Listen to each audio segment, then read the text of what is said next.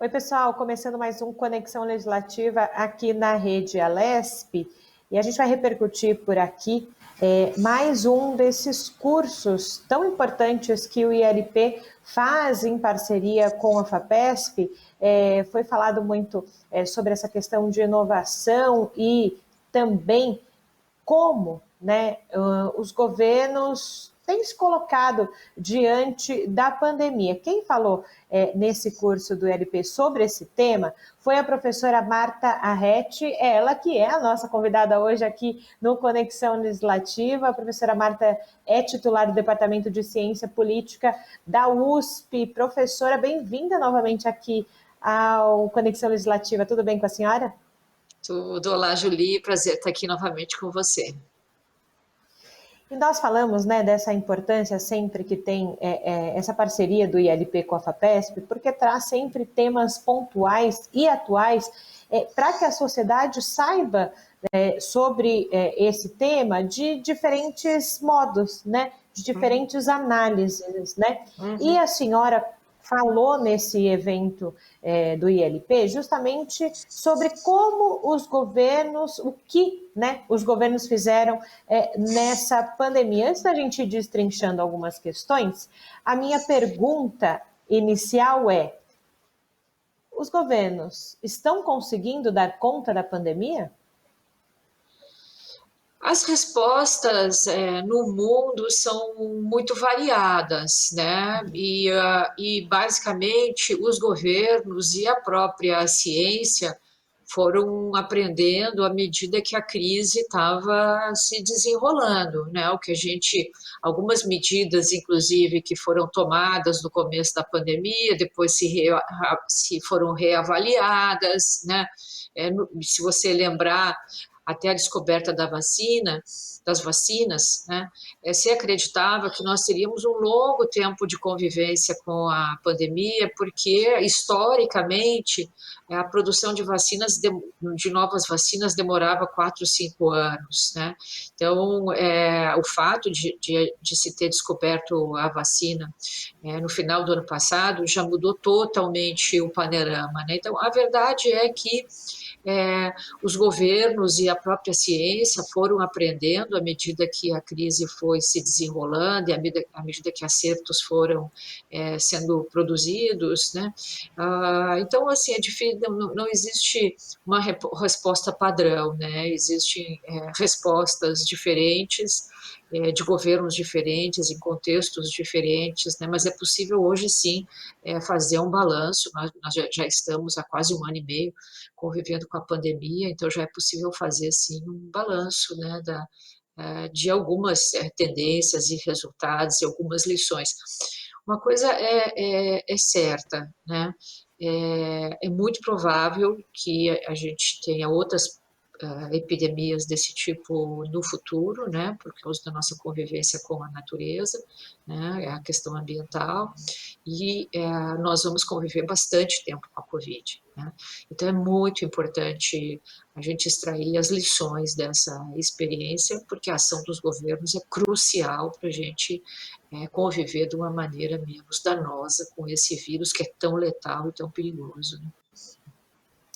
E justamente nessa questão, né, de que teremos que aprender com o que nós estamos passando e pensar e projetar, na verdade, né, algo para esse pós-pandemia que ainda aqui no Brasil é um sonho, talvez em alguns outros países esteja um pouco mais latente esse futuro, mas a gente pensando aqui no nosso país, dentro dessa análise que a senhora fez, que cada governo depende da sua estrutura, de como, né, foi a disseminação do vírus e o combate, qual a análise que a senhora faz, análise, né, dessa ciência política aqui no nosso país? Ainda somos ineficientes no combate à pandemia, professora? O Brasil é um dos casos, e hoje um dos raros casos no mundo, em que uma polêmica em torno do combate à pandemia se instaurou no centro do sistema político, né? Então, havia e ainda há certas controvérsias em torno da pandemia, né? Tipo, o vírus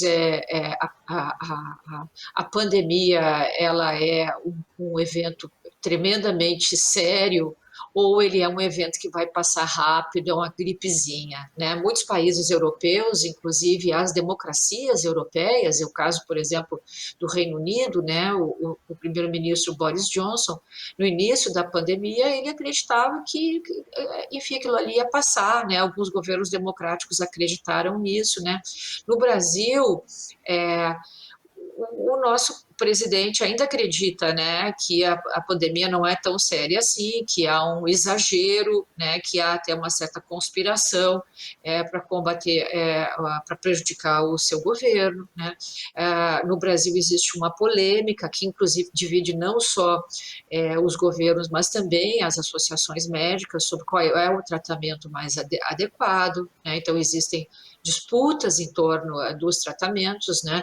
Há digamos assim, os setores dominantes da ciência dizem, olha, melhor estratégia é o isolamento, a estratégia mais segura é a vacinação, existem vacinas de qualidade e eficiência diferente, tudo isso nós temos que saber para combater a pandemia. E, de outro lado, tem, inclusive, médicos e o presidente e alguns poucos governadores que dizem, olha, o tratamento precoce, a cloroquina e tal. Então, nos países, e o Brasil ainda é um caso raro nesse sentido, né, em que se instalou uma polêmica, né, em torno dos tratamentos, né, das formas de combater a pandemia, é muito mais difícil encontrar soluções adequadas, né, é muito mais difícil porque os governos disputam estratégias diferentes, né, nós temos ainda um certo grau de incerteza, né, os custos são muito elevados, né, então, no Brasil, e a própria CPI, que está em andamento no Senado, mostra isso, né? O governo federal perseguiu uma alternativa, a maior parte dos governadores perseguiu outra, a alternativa que o presidente persegue se revela, não há evidências no mundo de que ela seja eficaz, né? Então, tudo isso é muito prejudicial à nossa capacidade de combater a pandemia, né? Isso significa, né, professora, que essas ações coordenadas dentro de um país, elas são muito mais efetivas para o resultado que a gente espera, que é o combate à pandemia. Quando a gente diz dessas ações coordenadas, né, significa que, não vamos falar aqui do caso do Brasil, as ações do governo federal deveriam estar em consonância com as ações dos governos estaduais e aquilo que seria feito de um modo só em todo o Brasil, né? Uhum. E ao que me parece, dentro do que a senhora fala, com essa cisão que a gente tem de como se combater a pandemia, você atrapalha os processos, né? Talvez de quem quer fazer algo diferente, e você deixa o Brasil, no caso, a gente está falando, à mercê justamente do imponderável, do será que vai dar certo? Será que não vai dar certo? É muito difícil você lidar com isso efetivo. Eu diria o seguinte, assim, quais são os países que apresentaram melhor resultado rapidamente? Né? Esses países estão concentrados no leste asiático, né? São países, então temos ali Taiwan, Coreia do Sul, que foi a liderança original, né? O Vietnã, né? São países, sobretudo a Coreia do Sul, que tinha tido uma experiência com a MERS anteriormente, né? Já tinha extraído experiências. Então, o que esses países fizeram, né? Eles muito rapidamente adotaram estratégias de isolamento social. Essa é uma estratégia, e essa experiência nós temos no Brasil também. Quando diminui a mobilidade, diminui o contágio, diminui os casos, diminui a letalidade. há pouca dúvida no mundo sobre isso, né?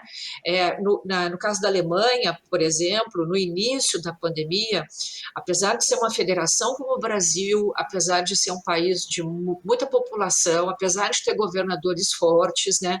A Angela Merkel foi muito bem sucedida em coordenar os governadores em torno de anunciar estratégias de isolamento, né? Então, assim, há pouca dúvida de que a estratégia de isolamento ela é bem sucedida, né? Agora, os países que não conseguem, porque uma coisa é você anunciar o isolamento, outra coisa é você conseguir fazer o isolamento por algum período razoável, né? Então, os países que não conseguem, né, eles ficam nesse vai e volta, como nós estamos vivendo, né?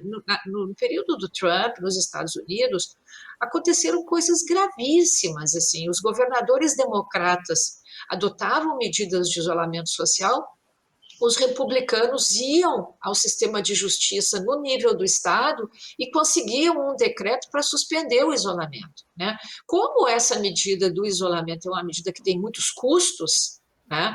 As pessoas não querem fazer isso, né? Ninguém quer. Né? Então, quando tem uma disputa em torno disso, a desobediência é maior, né? E aí a contaminação é maior. Quando não se consegue coordenar, né, a desobediência é maior, né, o vai e volta do isolamento é maior, e nós ainda temos um problema gravíssimo agora, que são essas variantes, né?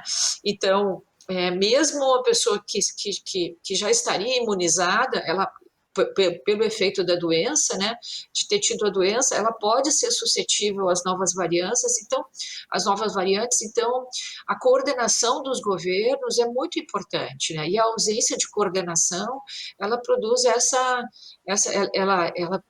o problema dessa doença, né, é que ela tem consequências, né, e as consequências são contaminações, e no caso de contaminações você tem a sobrecarga do sistema de saúde, né, e mortes, né, em larga escala, né, com todas as consequências que mortes em larga escala têm, né. Então, a ausência de coordenação, e no nosso caso, até mais do que a ausência de coordenação, a disputa aberta e militante por uma outra alternativa, né, ela tem resultados danosos, isso não tem a menor dúvida, né.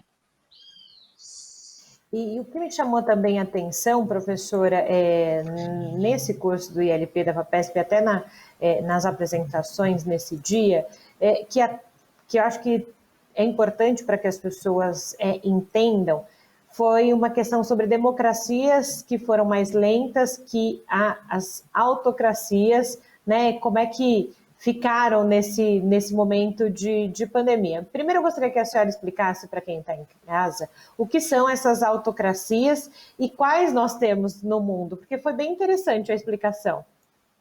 Então, basicamente, né, então, o que a gente chama de regimes democráticos, né, são regimes que têm liberdade de expressão, né, que têm competição política, que têm a vigência dos direitos individuais, né. Então, sob a vigência dos direitos individuais, e é difícil separar aqui o regime democrático de países que têm convicções democráticas, né, em que os indivíduos dizem, olha, eu tenho direito de ir e vir, eu tenho direito de expressar uma opinião contrária, eu tenho, inclusive, direito de me manifestar contra as políticas de isolamento, eu tenho direito de ir à justiça exigir que a estratégia de isolamento do presidente ou do governador seja suspenso, né? Eu tenho direito de ir à justiça e exigir que as escolas sejam abertas, que meu filho tenha aula, né? Então, nas democracias, o respeito aos direitos individuais, inclusive ao direito de expressão, né, ele está muito solidamente estabelecido, não apenas nas instituições, como nas mentalidades dos indivíduos, né? Então, e nas autocracias, né, nos sistemas em que os países em que esses princípios não são vigentes, não por acaso também presentes no leste asiático, né, que não tiveram as revoluções liberais e democráticas que o Ocidente viveu, né, todos esses princípios são menos respeitados. Então, por exemplo, se você pensar em um país como a China, né, o decreto é o fechamento de uma cidade e isso não é contestado e nem mesmo informação muito segura sobre o que está acontecendo ali você tem, né? Então, assim, o que se constatou, esse é um estudo feito por um professor brasileiro que leciona nos Estados Unidos, o José Sheibub, o professor Adam Przeworski, que é um dos maiores cientistas políticos do mundo. Eles fizeram uma comparação entre 160 países, né, e concluíram que as autocracias foram mais rápidas se você contar em tempo, em notícias sobre as mortes, né, em tempo de decorrência de intercorrência com os registros de mortes, né, as democracias só foram tão rápidas quanto as autocracias na dimensão de fechar as escolas. Né?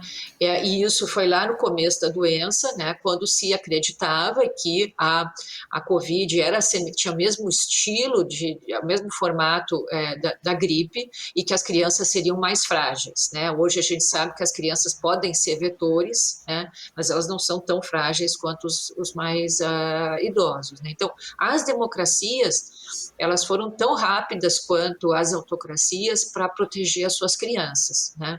Mas nas outras dimensões, né, fechamento restrições à circulação de pessoas, suspensão de atividades não essenciais, lockdowns, as democracias foram muito mais lentas, né?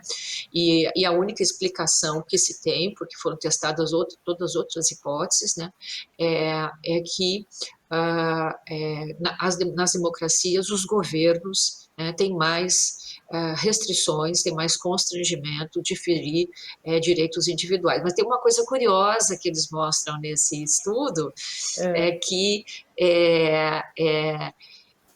países governados por mulheres foram muito mais rápidos foram muito mais rápidos, mesmo nas democracias. As democracias governadas por mulheres foram mais rápidas, né, e foram mais rápidas em estabelecer, tomar medida de lockdown, embora o número de democracias dirigidas por mulheres seja muito pequeno. No estudo são 13, né? Então não se pode dizer que isso seja em 160, esse é um número pequeno, né? Mas a única correlação importante para além da democracia é ser governado por mulheres para tomar medidas rápidas, inclusive de lockdown. E é muito bacana, professora, a senhora trazer para a gente esses dados, porque às vezes, talvez, né, quem nos escute agora, nos assista, fique pensando, nossa, mas por que essas pessoas foram pesquisar essas questões, né? Questões que saem do âmbito de saúde, né? Explicando para quem está em casa. Os pesquisadores no mundo todo e aqui no Brasil, eles têm se desdobrado com relação à pandemia. Claro que a gente fala muito sobre essas questões de saúde, né? Questão de vacina, de produção de vacina e tudo mais, mas muitos pesquisadores estão se desdobrando, né, para pesquisar impactos da pandemia, né? E esses estudos que a senhora nos apresenta e nos fala são essenciais para a gente entender como a sociedade em todo o mundo está passando por essa questão e a gente pode ter muito aprendizado com elas para o pós, né? E para os próximos anos. É isso que fica, né, dessas pesquisas também. Então, na hipótese não negligenciável de que nós teremos novas pandemias no futuro, né, as lições extraídas agora dessa experiência, né, elas serão muito importantes, né, elas serão muito úteis, né, e veja, mesmo nas democracias, a Europa, por exemplo, não se saiu tão bem, né, quanto os países do leste asiático no combate à pandemia. Mais do que isso, até alguns países africanos, o Senegal, por exemplo, que tinha tido, né, uma convivência com o Ebola, também foi muito rápido, né, e utilizou uma rede de organizações comunitárias para difundir informações sobre a notícia, e isso sobre a pandemia, né, e isso tinha a ver com o aprendizado de experiências anteriores, né. Então, nós extrairmos lições que possam se converter em recomendações para os governos nas próximas oportunidades que muito provavelmente virão, elas são muito importantes, né? Nós, no Brasil, creio que estamos pagando um preço caríssimo, né? A gente poderia dizer, se a gente olha a experiência dos outros países, que infelizmente nós fizemos tudo o que não deveria ter sido feito, né? No Brasil, nós não agimos rápido, no Brasil, não foi possível obter a coordenação entre níveis de governo, né? Uma outra experiência que se extraiu no mundo, né? É que quando temas são muito controversos, quando você não pode oferecer, quando os governos não conseguem oferecer garantias de que uma determinada conduta produzirá um determinado resultado, isso aumenta a insegurança da população, né? Então, no Brasil, assim, se a gente fosse fazer o checklist do que não deve ser feito, nós teríamos um showcase do que não deve ser feito, né, para não comprar vacina, né? Os governos que estão já na perspectiva de sair da situação de isolamento foram aqueles que conseguiram obter vacina muito cedo e vacinar um grande contingente da população, com exceção do Chile, né? Mas os casos bem-sucedidos são Estados Unidos, Israel, Reino Unido, que vacinaram rapidamente, né? Nós tivemos essa oportunidade e desperdiçamos, né? Então, assim, extrair essas lições, para além das disputas partidárias, é muito importante para o futuro. Muito importante. E a FAPESP está financiando agora, está com uma chamada aberta, né, justamente para isso, para as humanidades extraírem lições da pandemia e nós podermos elaborar recomendações para o governo, dada a hipótese muito provável de que é um erro achar que isso aqui acabou ou que vai acabar no final do ano, né? Nós temos que nos preparar para eventos futuros, e isso inclui muitas coisas, né? O fortalecimento do SUS, tirar protocolos importantes, aprender a produzir coordenação, informação para a população. Nós temos muito a aprender fora da área médica, né? Que é muito importante, óbvio, né? Mas também no campo das humanidades, né? E é essencial essa questão, por um lado, né? Eu imagino que todos que ouviram agora a fala da senhora ficam tristes no sentido do Brasil ser tão uma referência negativa nesse momento de combate à pandemia, mas que a gente espera, né, que num futuro próximo, com esses erros, né, se aprenda alguma coisa para que não se cometa novamente esses erros. E é por isso que é essencial o mundo da pesquisa, os pesquisadores que se debruçam sobre os diversos temas, né? A senhora acabou de falar, a FAPESP ela abriu um chamamento justamente para essa área, para entender como, né, as coisas estão também acontecendo nessa área.